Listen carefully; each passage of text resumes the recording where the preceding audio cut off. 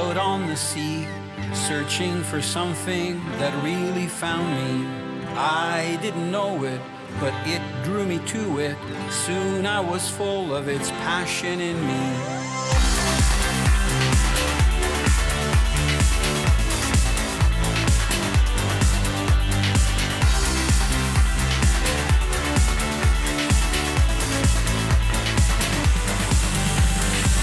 I'm Italo Labignan. 40 years I've fished the world and have learned it's not just about catching the fish, the size of the fish, or the numbers. It's about appreciating every sunrise and sunset, the smell of the sea, savoring the culture and the fish with friends. Here's the catch. It's the total experience. Presented by Bear Reels, versatile, precision, handcrafted hybrid center pins. Hooked on MFS, quality fishing tackle. Seabreeze boats, tame the oceans, and Farlow's Caribbean cuisine with a southern twist. It's a nice, sunny, warm day. Today I feel like heading to the beach. I'm not in the mood for sunbathing. I'm thinking more of fishing some beach structure to catch some frisky sheepshead. I'm still planning on fishing from the boat, but I'm going to be so close to the beach that I could almost go for a swim and catch a tan. My strategy is to fish some old concrete dock piles that stick out in the Gulf. These might look good for nothing, but it's a popular hangout for a multitude of birds like pelicans, cormorants, taking a break from the feeding, and osprey making it their dinner table. While the birds enjoy the dry parts of the concrete structure, sheepshead love to work the subsurface parts that are all covered in oysters and barnacles, a favorite place for them to feed. You know what? For a change from going out in the Gulf or fishing the flats, I'm targeting fish close to piles. I'm going for sheepshead right now, and I'm actually doing what is a classic steelheading technique. I'm using a float, and I'm drift fishing because we've got a slack tide. Look, that's a little sheepshead. He's small, but he's a starter. Sheepshead love to feed around the barnacles that are on the piles, just like you see here. This is old dock piles.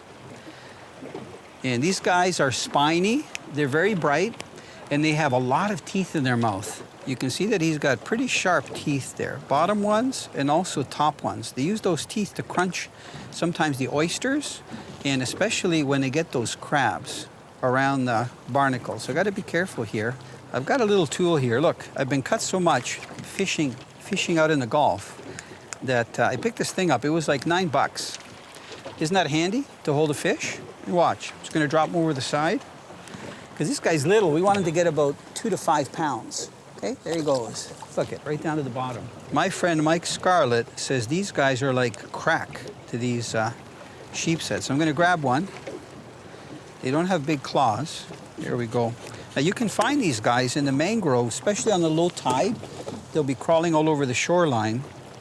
And to use them, you should use a light hook. You see, this is a very light wire hook. If your hook is too thick, it'll actually crack their shell. They're not going to stay on there very well. So I'm just piercing it in the back and going out the side. So we want to keep him alive. So he's actually swimming below the float. So there he is, little fiddler crab. And I'm going to toss him out there with my Bear Reel, and I'm going to pretend I'm steelhead fishing. So what I want to do is get it close to the pile. There. Right now we have a slack tide. If the tide started moving, I would take off the float, and I just use a couple of split shot, much like you do for steelheading. The reason I'm using a float, I can watch my float, and I see exactly where it is in relationship to the piles. So I'm trying to get it right up close to the piles or in between them, but careful not to get them stuck on the barnacles. And I've already got stuck twice, so if you're fishing right, you're gonna get stuck on the barnacles.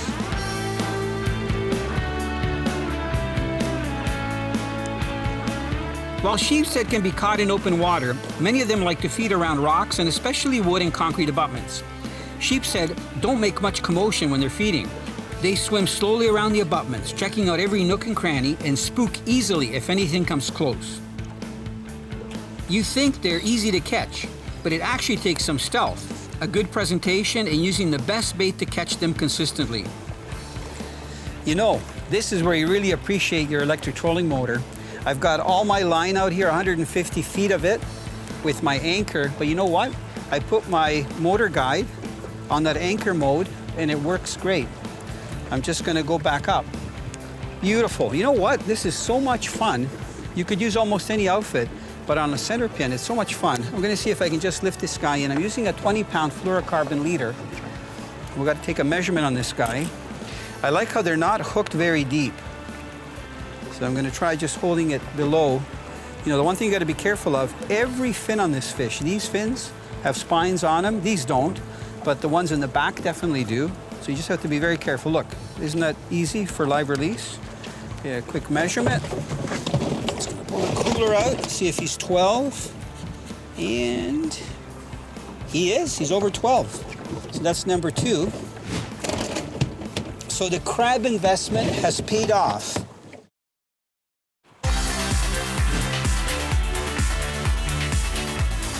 Today I'm going to have some fun using a center pin outfit and a float rig to do some target casting tight to the abutments. So this is where you gotta just wait and be patient, and either you're gonna get a fish on, like that, or you're gonna get stuck on the pile. This guy's a little bigger. I'm using the bare reel on the free spool, even though I could have the drag engaged, and I'm just using my hand. I did bring a landing net, so this guy's almost landing net size. I'll tell you what, he took that float under so gently, kind of reminds me of steelhead fishing back home. Yeah, it's a nice keeper one. I can stuff him with shrimp, I can grill him. That's what Bubba would say. You can bake it, you can broil it, you can deep fry them, they're delicious. Let me grab the net and then I'll show you those teeth. See, I'm equipped for everything today. I've got a gaff, because sometimes when you're fishing here, you get some big black drum, especially on the crabs. Or you can get sheepshead like this one. But look at how bright he is. Isn't he beautiful? Those black and white stripes. They're so plentiful. They're so much fun to catch, and they're such great eating. I'm going to put that fish claw on just to protect my hands. Because, you know, that's what happens when you fish every day. Let me just put him down here. And it looks like he's not hooked too deep, which is good. Look, isn't that a gorgeous sheepshead? I mean, this is a little distracting, but you know what? It's protecting my hand. And you can see, look, he wasn't hooked very deep with that light hook. I'm going to try to just pull his gums back so you can see those teeth. I mean, there's nothing, look at, I think he needs some dental work, but look at those teeth. So you can understand why sometimes they're hard to hook with a bigger hook, right? Even the top one here. See if I can pull that one back. There we go, look. Okay, I'm going to try getting that hook out. Sometimes they're very stubborn. They won't open their mouth. It's almost like they don't want to give you the hook back. But these pliers have a thin tip. Yay, got it. Look it, nice fish. See if I can hold it without that thing, just underneath. I just don't want to get spined, because I've been spined so much. Look it, not a pretty. You got to be careful. These remind me of like the rock cod we get on Canada's west coast. Anyway, that's a gorgeous fish. So I'm going to take a quick measurement, see if he's 12, 0, and you know what? He's almost 15 inches. Look, that's going to be a nice take-home fish.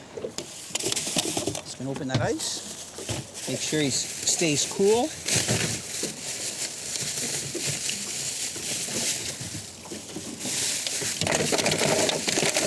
Cool dude. There. Okay, let's get another one.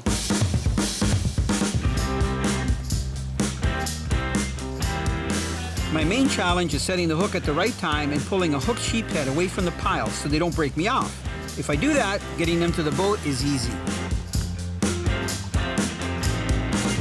Can you tell I'm fishing the Gulf of Mexico? Look it, we got a beautiful historical lighthouse. There's people on the beach. My rod's bent over. I've got a nice sheepshead on. This is fun. I love fishing, you know, but when you fish these old piles, bridge abutments, it's so easy to lose terminal tackle. This is another nice sheepshead. Came out right underneath the abutments that are in the water here. Look at that. What a beautiful fish. Come here. See if he'll stay on if I try to lift him. My friend Mike would say, use the net. Don't risk it. Come on. Good one. Look at gorgeous sheepshead. Yeah, he's no monster, but you know what? He'll go probably about 14, 15 inches. What a beautiful fish. I love those stripes. Again, caution, holding him very carefully. There, hooked very lightly. Look it. Isn't that a beautiful fish? Gorgeous fish on a center pin. Benjamin, Eat your heart out. You should be down here in Florida. He's the guy that makes these reels up in Canada. And I'll tell you what, they're high quality reels for fresh and saltwater fishing. And we got a couple in there already. Look at number 3. Hey, he might be the biggest one so far. Perfect.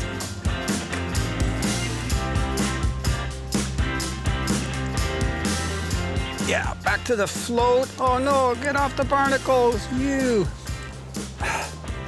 Come on, swim out of there. How am I gonna do this? Oh, good, he got off. And now I'm gonna have to check my line, May line and leader, if the leader doesn't break. He's not a monster, it might be the biggest one so far. Gorgeous looking fish. That water's so nice and clear in the Gulf of Mexico. I love getting these guys off the beach. Look it, that's a slab. That's a meal for 2 people. Just beautiful, sheepshead. Come on. You know, they don't have a lot of stamina, so this guy's already finished fighting, but they sure have a lot of power to take you down into those piles. Look at beautiful fish. Just gonna put my anti-reverse on. You know what, they're getting bigger. The nice thing about sheepshead is that you can be out here in the middle of the day. I think it's around 12 or 1 o'clock. Look at how gorgeous these fish are. And yeah, my leader is all hacked up. I'm gonna have to change it because he took me around that pile. I think they're such a neat, punky looking fish. When you look at those big dorsal fins and just the really hard head, you can see why they call them a sheepshead, right? Not to be confused with those fish that we catch back home. That's a freshwater drum. Sometimes I call those sheepshead, but this is a true sheepshead right here. So let me just handle them with care. And I love these hooks because they've got small barbs, so they just come right out. Look. Gorgeous fish. It's definitely already been worth my while to be out here.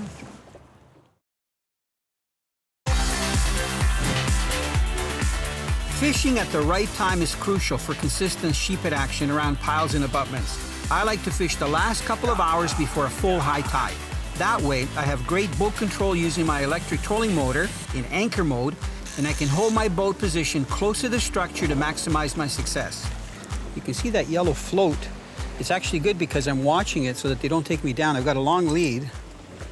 I got to be careful that he doesn't go into the pile. You can see he's trying to head there. Look, I'm going to bring him up. That's where he wants to go. Oh, going back down, keeping the pressure on. This is awesome. I love Florida. I love fishing salt water. There's just something about the air, the freshness.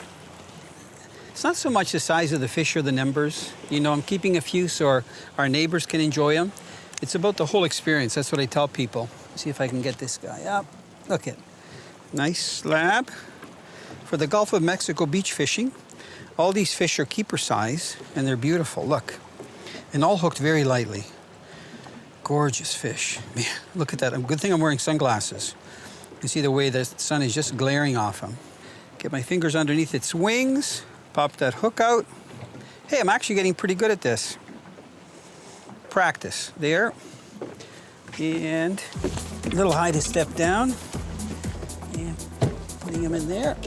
Perfect. You know what? I can start to see things in black and white now.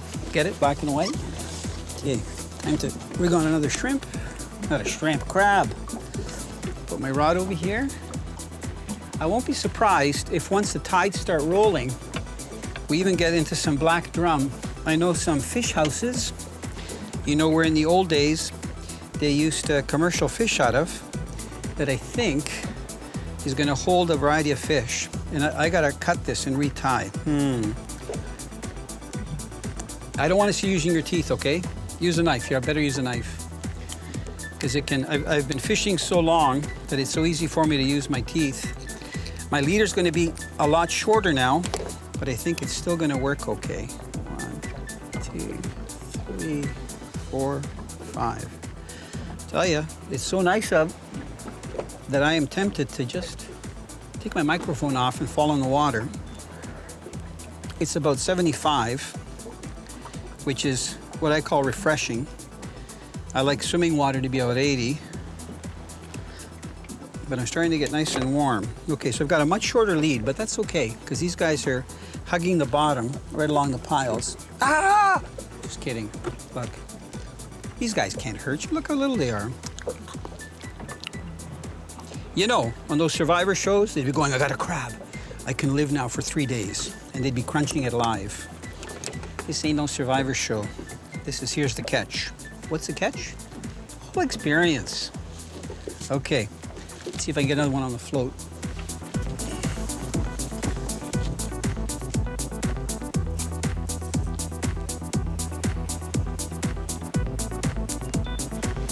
Yes! This is awesome. Getting these fish in the middle of the day. Nobody really around.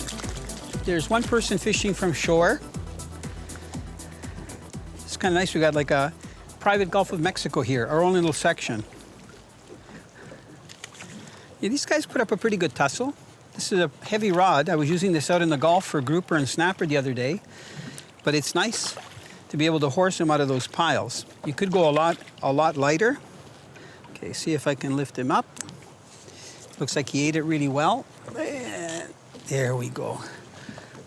Swinging sheepshead. Actually, he didn't eat it really well. He soaked just perfect. Look at. I know you've seen lots of black and white today. Aren't they gorgeous? Beautiful fish. You know, this one I'm going to throw back. Even though he's a keeper, I've got lots of fish in the cooler.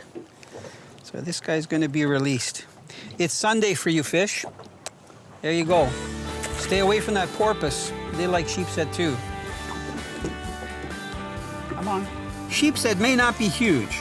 They may not be amazing fighters, but they are very plentiful and offer great sport. You know, I hope more people, after watching me fish with these center pins, the bare reels, will actually try them. On the west coast of North America, they're very popular for mooching, downrigging, even drift fishing in the rivers.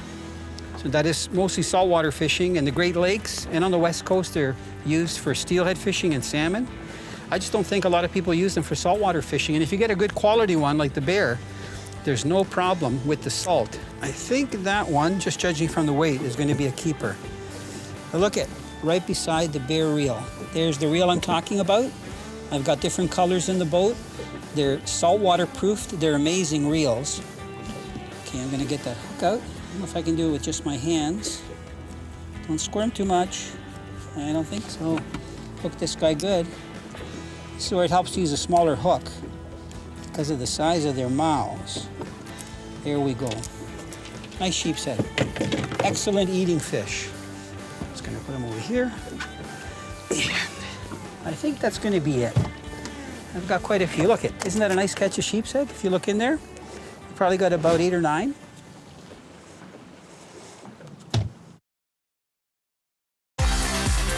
Closed captioning brought to you by Leguano, natural barefoot technology for every adventure. I had fun catching all those sheepshead, but tonight I have a special treat. I'm going to enjoy a fresh king mackerel prepared steak style. Kings have a small body cavity and a lot of meat, which makes them ideal for steaking. I start cleaning my king mackerel by removing the dorsal, anal, pelvic, and pectoral fins. Next, I gut the fish and remove the head. The larger the kingfish, the tougher it is to cut through the vertebrae, let me tell you. Next, I start cutting steaks about a 1/2 inch to 3/4 inch wide. I cut steaks until I get down past the anal fin. Then, because the body really tapers there, I fillet the last chunk of fish. I rinse the steaks carefully, allow the excess water to drain off, and they are ready to start preparing for cooking. Tonight, it's sauté time. I take each steak and coat it with a special hot sauce, just enough so I can see the red color all over the steaks. I also season each side with a mix of roasted garlic, roasted pepper, salt and pepper, and other secret spices. While the steaks are marinating in the sauce and spices, I preheat the frying pan at low heat and melt a couple of tablespoons of butter. Once the butter is melted, I add the mackerel steak. I let the steaks cook for about 10 minutes, and then I gently turn them over. I finish off the steaks by increasing the heat to medium for about 5 minutes, just to give one side a nice seared glaze. I am ready to devour this delicious, freshly caught and prepared kingfish. Tonight, we're gonna dine casual. Look, I changed my top, my hat. I'm sitting here in the backyard. It's nice and peaceful. I can hear the birds up in the trees. There's a nice breeze. Look at the canal. We got water in the background. Don't be surprised if a fish splashes. So what I like about kings is that they're mostly meat. So their body cavity is very small, maybe 5 to 8% of their body. So look at even this steak, we've got, instead of filleting it, this steak has like 4 filet mignons, 4 quarters. And the only bones are right here in each of these, almost like a cross. And then of course the vertebrae. So all I did was take this, put it in the frying pan. After I cleaned it properly, put some seasonings on it, and a little bit of hot sauce that our friend Mike Borovic and Linda Flood brought down from Canada. And I literally did it in the frying pan. You could do it on the grill, on a grill mat, but I like doing it in the frying pan. I just find that the juices soak in a little bit more. So what I'm gonna do now is just separate the meat with my fork from those little bones. So the skin is still there. It kind of keeps the piece of fish together. All this is clean meat. So look at, there's hardly any waste here. So why would I fillet this fish when I can just have it like this? Now, this is a true test. Look at how white that meat is. Wow, what a nice light flavor with that hot sauce. One thing I like about king mackerel, you can see here on this piece, see how white the flesh is? It's almost like chicken breast. It's very moist. If you leave your steak at least about 3/4 of an inch to an inch thick when you're using them, don't make them too thin. And I find that all you have to do is cook it about 350 or medium heat on your element for about 15 minutes on each side. That way it cooks a little bit better. You can see it's got that nice goldy color on the outside, but look at inside how moist it is. I'm just gonna have another piece because it's so delicious. It's like chicken breast, only nicer because it's fish. You know, a lot of people don't like mackerel because they think it's too oily. And like the Atlantic mackerel and even like the Spanish or Cero mackerel can be oily, but the king is very, very lean. Look at this flesh. This is my appetizer. My wife has actually made a beautiful meal, but I'm gonna finish this off. I'm gonna have my dinner, and then I gotta get my rods ready for tomorrow. I think I might do some kayaking. I mean, all these decisions. That means I gotta get my spinning rods ready, my jigs, plastic grubs, some spoons. I think I can manage.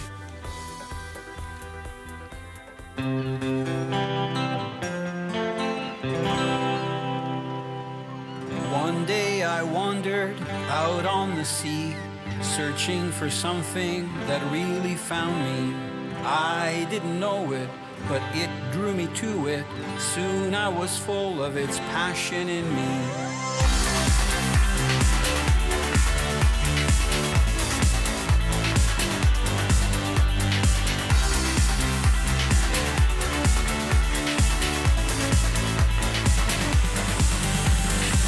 I'm Italo Labignan. 40 years I've fished the world and have learned it's not just about catching the fish, the size of the fish, or the numbers. It's about appreciating every sunrise and sunset, the smell of the sea, savoring the culture and the fish with friends. Here's the catch. It's the total experience. Presented by Bear Reels, versatile, precision, handcrafted hybrid center pins. Hooked on MFS, quality fishing tackle. Seabreeze boats, tame the oceans, and Farlow's Caribbean cuisine with a southern twist.